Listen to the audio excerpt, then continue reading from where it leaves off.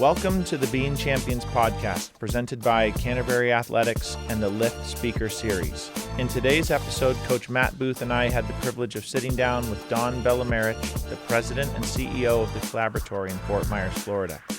In our discussion, we will get into the details of defining leadership, the process in which leaders can shift from a transactional leader into a transformational leader, and the blueprint for leading organizations that are built on trust, buy-in, and alignment in a common mission.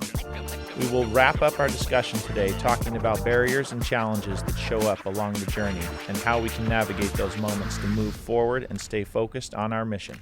So find a comfy seat, grab a cup of coffee, and enjoy the discussion on transformational leadership.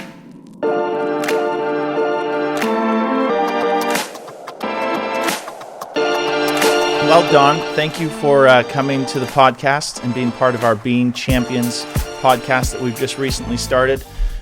We are super excited to have you get your perspective on leadership and your journey and being an athlete, how that impacted you as a leader of an organization that's doing great things and big things for our community. Thanks for being here. Thanks for having me. I'm excited, and I'm pretty grateful to be the first one. You are our first live guest on the Honored, Being Champions guys. podcast. So, yeah, this is Absolutely awesome. Honored. Perfect. Well, just to hit it off, tell us about you. Tell us about your background. Tell us about your soccer world and how it brought you to Florida. This is always the most challenging question for me, and it's only talking about me, which is interesting. But yeah, so I was born and raised in New Jersey. I am a Jersey girl through and through. And I always say that my leadership journey probably started the day I was born. I'm the oldest of four, so I have three younger brothers. And, three boys, you gain resilience quite early because you don't have a choice. But I played soccer throughout my adolescence and was very much so into being athletic.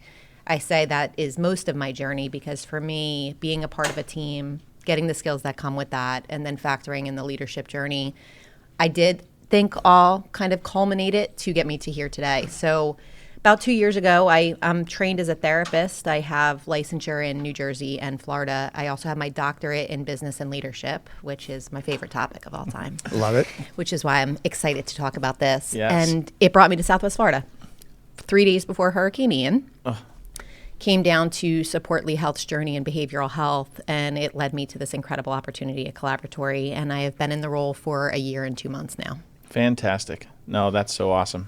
I think it's incredible what brings us to certain places may be one road, and then you arrive somewhere and it's like, this is a great need in a completely different lane, and it fits who I am, it fits who you are. Dive in, and now it's a year later. Yeah. Or the combination, and you're loving it. Yeah, the combination of skills Yeah. that, and for any leader, I say this, being the oldest child didn't have any seeming value, right? Other than being in charge of all my brothers. Right. But as I grow up, I realized you were assuming leadership responsibilities and you have this skill set that others may not have had, and encouraging other coaches and leaders to leverage those skills as well. Yeah, absolutely.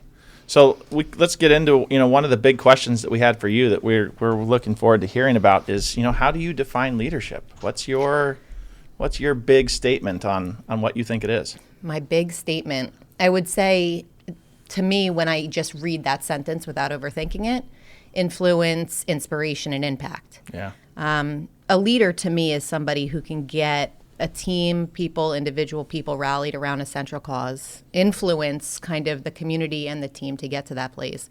And then ultimately, if you're going to the end of the road and there's no destination, there's no impact. Yeah. So really the combination of those three, but it starts with trust. It starts with being able to have an influence with team members and, quite frankly, followership. Yeah. People wanting to follow you. Yeah, absolutely. See a lot of leaders that no one wants to follow. Yeah. That's kind of the antithesis.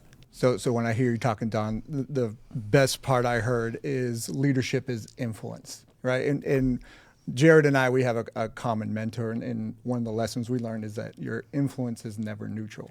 It's either good or bad. So that's one of our challenges. We work with our captains, and we have a captain's academy, and we say, this is where it starts. It starts with your influence. How are you showing up for your followers, right? Because you can't be a leader unless you have followers. So again, it's like looking at that word influence and understanding how we show up what we're modeling every single day is going to influence in the direction we want to go towards that common vision, or it's going to take away from it. So I wanted to ask you, one of the questions that I like to challenge our young leaders with is oftentimes we're just thrown the title, hey, you're the leader, hey, you're the captain, right? And not really understanding, like, what does it mean beyond having that title, and understanding, there's all those, the conversations of transactional leaders or managers versus a transformational leader. So beyond having just the title of leader, how do you make that shift? What's the difference between just being a manager, showing up and kind of clocking in, clocking out and saying,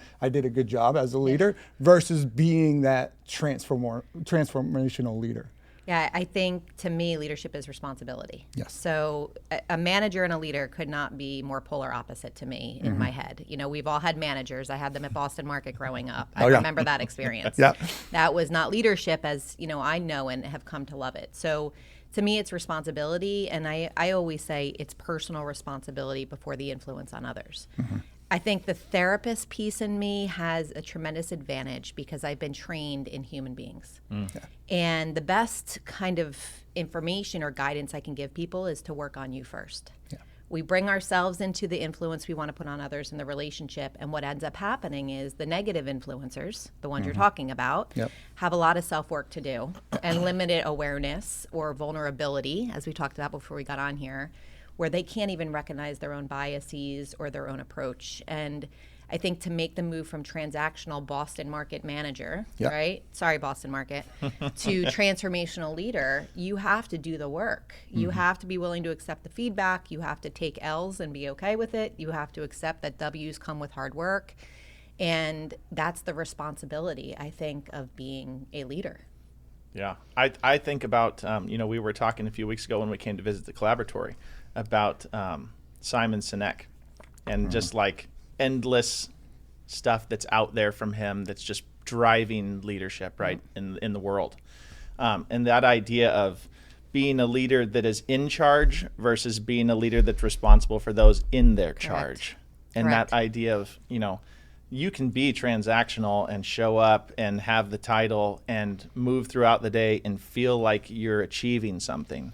Or you can be that person that's really there for everyone else and showing the way and being the forefront and the first step and the person that people want to follow. So true. And I just love that quote. When I heard that, it's one that sticks with me that I constantly am reminding my players of because it just resonates with true leadership. Yeah. And if everyone on the team, whether it's 3 people or 300 people, knows that they're valued and are inspired by the person who is leading the charge, it makes leadership that much easier. Yes. I mean, I think sometimes we think, I did this, full transparency as a new leader and director. You think you're responsible for everything, and you think you have to be the controller, and, I have this title, therefore it's me, me, me. And I think the biggest lesson is the responsibility is for the other people, your other team members. And once you kind of wrap your brain around what that means, you put a lot more energy into ensuring their success versus trying to hold tight to the control over what you think it's supposed to be. Yeah, and the power of those that are around you and what they can offer the situation is like relieving. Yes. Because you give them a little bit of responsibility and it's, finally a little pressure off of your shoulders and you're realizing that you're producing more than you were capable of on your own. So true. Yeah. No, so true. I love that. Another thing that we wanted to really hit on that we talk a lot about when it comes to being champions in the coaching world is how do we build the trust? How do we get the buy-in? And how do we get that alignment, which I think is the mastery, right? Yeah. What do you think there? To me, when I thought about that, trust it takes time. And I think I'll go back to the kind of, in addiction treatment, we call keeping it in the eye, right? Like looking at yourself first. Trust is this relationship, and just like any relationship, whether it's your team, whether it's, a personal relationship, you have to show up with humility, you have to show up genuine, and you have to prove that you genuinely care about what you're saying you're caring about. I see a lot of leaders who talk the talk but then don't walk the walk. And if you don't have integrity, you're never going to get trust. If you don't show up for your team and care about them, you're never going to build it. And quite frankly, if you're not laser focused on the goal or the why, and people see you being wishy-washy, it's going to be very hard to buy in to the person who's leading. So and I will tell you, I've ran addiction treatment campuses, and I thought it was hard to build trust there. But every organization now I have led and every team I have led, time. Yeah.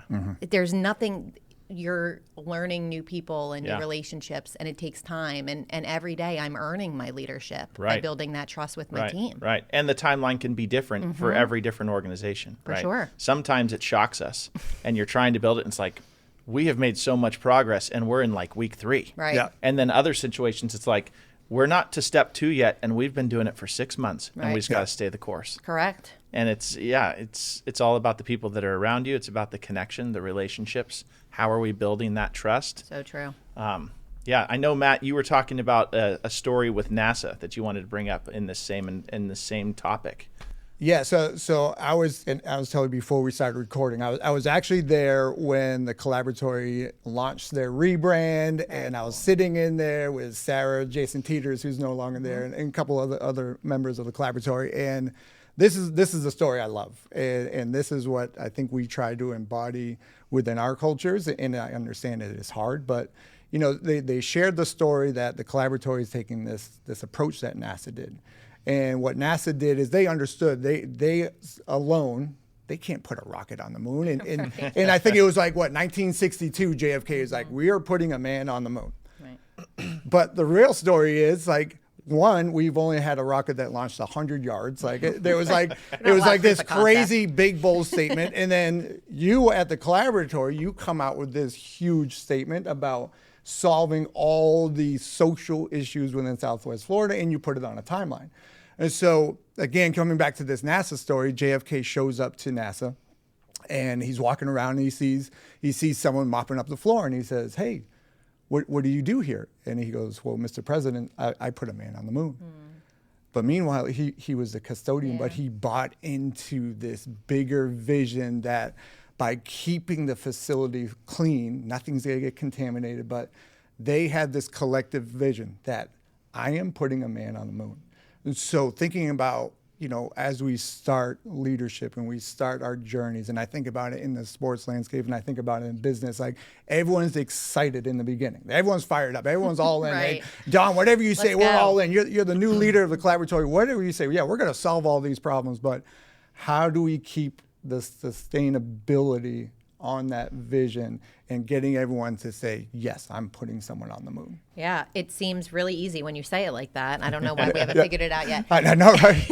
It's, I'll go back to the 3 I's I talked about. As a new leader of an organization that has set out, so we're a community foundation that set out to really impact a bigger thing than we could have done just by doing small grants, right? That's the precipice of Sarah's incredible idea and the mission that was put out. I think the first thing is we have to continue to sustain that trust with the community, within our own four walls, but then also with the community, so that when we go out with a bold vision and these bold ideas, people trust me and trust the organization and know that it's coming from a place of integrity and real commitment to making that impact. The second piece is really showing the impact. Yeah. Solving something, okay, especially let's use mental health, which is my background, that's not going to happen overnight. And quite frankly, I may, with our team, be planting trees I'll never sit under. Yep. The only way for us to be able to keep that influence going is to show the small wins along the way and get the buy-in. I see a lot of leaders. Of course, I wanted to win the state championship every year. Right. But I had to win 11 games on the way there. And I had to score X amount of goals to support the team. That was my role. We have to show the impact along the way to get to the big idea, because I think that keeps people motivated. It keeps them inspired, which is another one of the I's. And it keeps people really on the straight and narrow for the why. Yep. The why of NASA and the why of Collaboratory doesn't have anything to do with we just wanted to do a big thing. It has to do with the fact that we have put 48 years worth of grant dollars into the community, and our social challenges are going in the wrong direction. So how can we switch course and make a big statement about what we're trying and keep that influence, and that impact going along the way? I love that. No, that's fantastic. Barriers as a leader, things that get in the way, adversities. What are we telling leaders about how to navigate this and survive? Wow, it's such a loaded question. I mean, humans in general are the barrier. Yeah. And it's, I say that as a person who loves humans, work with them every day. But we all bring our stuff to our interactions, and our team members bring their stuff to the interactions. So acknowledging that there's a human experience going on while we're leading is essential. Yeah. I get a lot of team members that react to certain things I do, and I'm very stunned by the reaction, but then I have to take a step back and realize I don't know what their stuff is. It's my responsibility to figure it out and work through it and build that trust, but human beings are a barrier. I think any transformational leader staying laser focused on that why and that vision and that mission, even when there will be easier routes to take. Yeah, absolutely. That is, to me, the true, it's almost like the embodiment of what a transformational leader is it's going to get hard. Yeah. And there's going to be speed bumps, and not everyone's going to be happy. You're not ice cream. Yeah. You're not going to make everyone happy every day. Right, right. But you have to stay laser focused on that, because your team will follow Yeah. if they realize that there's an end game. Yeah, I think, it's interesting when we talk about barriers, because we've got barriers that are external and we've got internal barriers, right? And so as leaders, when we're identifying those that we are going to attack this why with as a team, transparency on the front end, right? Correct. As to what are we trying to achieve? Why are we trying to achieve it? What is truly important to us? That why that you're referring to. So that we're attracting people that have like-minded goals. Yeah. So that we can remove as many internal barriers as possible, because we're all moving in the same direction with a pretty narrow focus, with a bunch of different skill sets. Yeah. And so, I correlate it to recruiting college athletes. If I can make it crystal clear what my program stands for, what it looks like, how we behave, how we act, the brotherhood that's there. When I bring a recruit to campus, all I have to do is show them. That's right.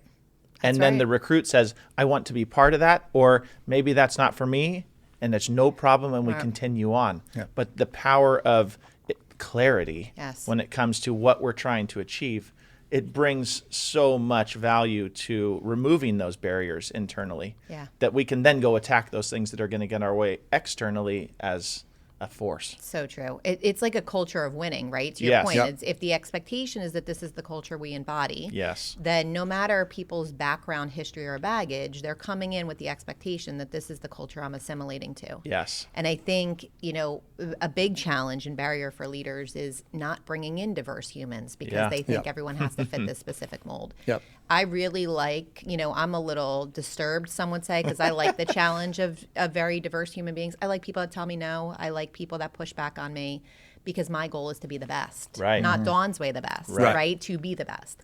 So I think your point is so well received. Like, there's a global expectation of our culture and what we're trying to get to, but the leader's responsibility is to bring the diverse group of humans together to all get them to that goal with Yes. all of the history, with all the humanness that comes into that. Yeah, that's where that NASA story with the custodian. That's right. You would think that he was the designer of the shuttle. Right. He was so bought in. Yeah, he was so into what they were trying to achieve collectively that he was going to make a far bigger impact than anyone would ever have assumed. Yeah, and I think that's the biggest thing. And we talk about this a lot is, it's not just about winning a championship or getting to the end goal of the collaboratory.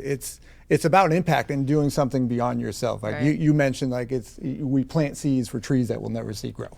Right? We're never going to sit under that shade. And I think it's just this intentionality. That's right. How are we showing up every single day? And we talk about culture a lot, and culture is a feeling. What does it feel like to walk onto this campus? What does it feel like to walk into the collaboratory, right? And it's a living, breathing thing. It's going to take a shape one way or another, right?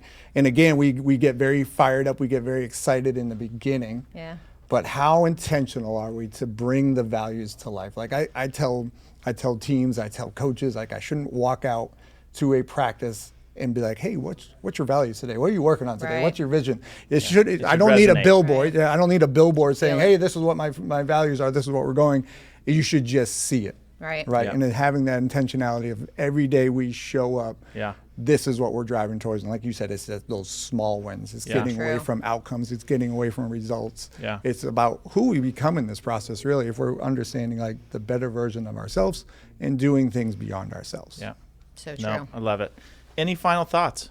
No, I'm just really honored to be the first, leader that comes on here. And any leader that's listening or any coach that's listening, really just staying the course and showing up for your team and your people. And quite frankly, having the humility to be uncomfortable Yeah. and, Yeah.